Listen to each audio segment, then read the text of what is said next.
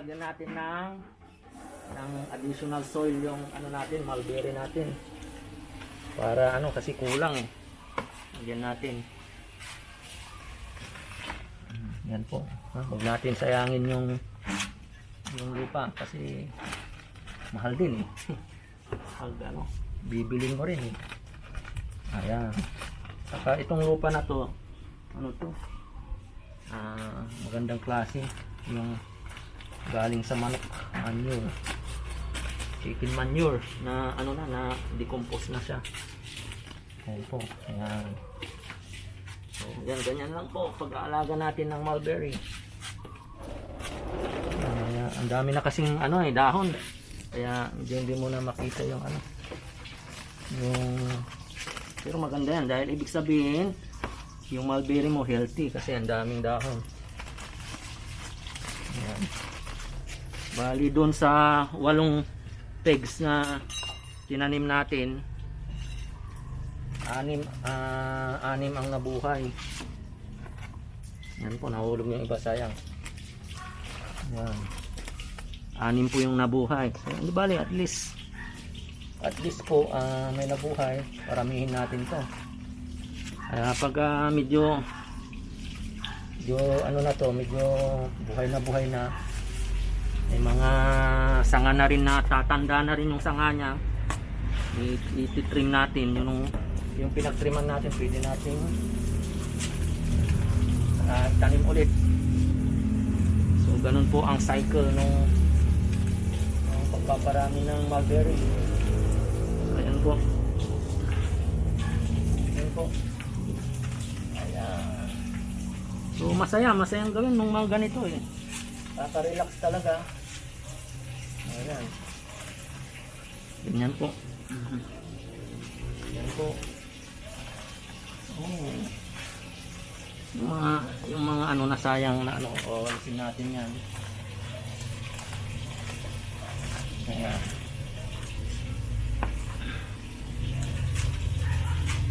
Ayan po.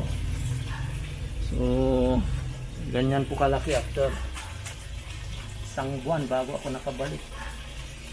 Okay. Ayan po.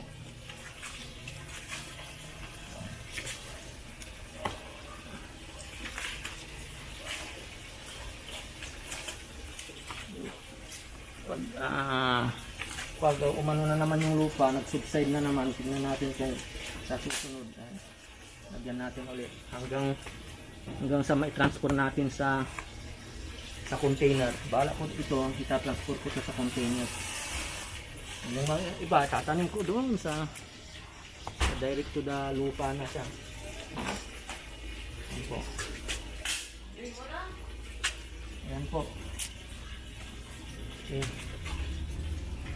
Ayan. Okay, so ganyan po. So balik na natin yung mga talong na ano natin. Ito, balik na natin. Para ano, at least nalagyan na natin yung mulberry. Ayan po. Ayan. Ganas natin yung ganda. Ayun. Ayan. Balik sa dati. So, ganas lang natin yung ayan. Okay. Ayan po. May bunga na po yung talong natin. Ayan. Sarap tignan. Ayan po. Ayan po. Oh. So, ganyan po ang pagtatanim po natin. So, umuulan-ulan po. Ayan. Ayan po. Ito po, may bunga na rin po. Ayan po. So, nag-uumpisa na. Ayan po, umuulan po ngayon. Ayan po, may bunga na rin, no? Talong. Ayan. Wow, ang galing. Ayan. Isa rin po to, oh. May bunga rin po. Ayan po. Salamat. Thank you, Lord. Ayan po ang kagandahan ng pagtatanim, na re-release yung stress mo. So, ayan. Salamat po. Yan po, may tira-tirang saging dito. Kunin po natin. Gawin nating fertilizer dito sa halaman natin. Ayan po. Yan po, ito yun. Nagbigyan natin ng ano. Ayan po. Yan po natin ng fertilizer. Ibaon po natin yan. Ayan po, oh. Yung pinagbalatan ng mga gulay. Yan ang gagawin nating fertilizer. Ibabaon ko na direkta sa dito sa ating kamyas. Yan po, oh. Yung bulaklak pa lang, oh, malapit nang magbunga, may mga konting bunga na rin. So ito gagawin natin, babaon natin dyan, kain natin yung gilid, ibaon natin tong pinagbalatan ng gulay. Actually ito yung sayuti, pinagbalatan ng sayuti.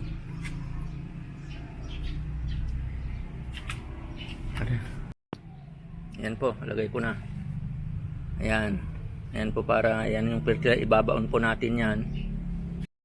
Ayan po, humukay tayo dito sa gilid ng medyo malalim.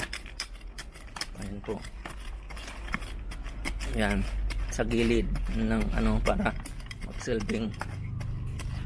Ayan po. Tapos itong ano, itong gulay, na balat ng gulay.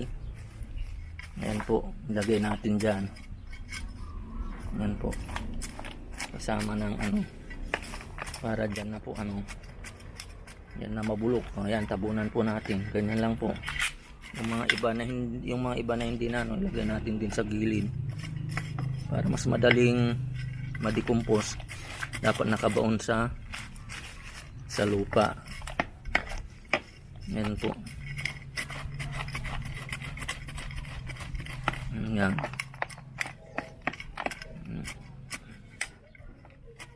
Yan po, yan. Ganyan po. Oh. Di, actually may magagamit na yung kamyas na fertilizer, natural, balat ng sayote. Ayan po, ganyan lang po. Salamat.